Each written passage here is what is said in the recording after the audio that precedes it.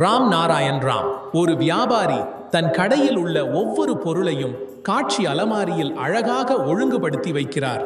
நாமும் அந்த காட்சியை கவனித்து தேவையானதை கேட்டுக்கொள்கிறோம். அதேபோல் உலக இயற்கையும் காஷ்மீர், டார்ஜிலிங், காடுகள், பாலைவனங்கள் என சிறிது சிறிதாக அலங்கரித்து பரப்பியிருக்கிறது. இது உலகத்தின் மாதிரிகள் போன்றது. நம் உடலும் அப்படித்தான். நாம் துக்கத்தை விட மகிழ்ச்சியை அதிகமாகவே எண்ணுகிறோம். உடலில் மகா அமைதியின் எண்ணம் ஒளியூட்டப்படுகிறது.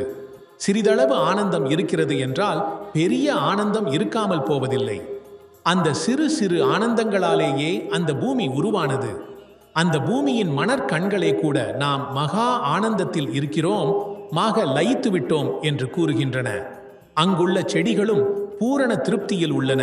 அந்த பூமியில் வாழ்பவர்கள் இந்த உலகின் மகா திருப்தியின் பொக்கிஷத்தோடு அமர்ந்திருக்கின்றனர். அதை குண்டலினி என்று அழைக்கின்றனர். அதன் ஆற்றலை சிதானந்தம் எனவும் கூறி அதிலேயே அவர்கள் மூழ்கிவிட்டனர்.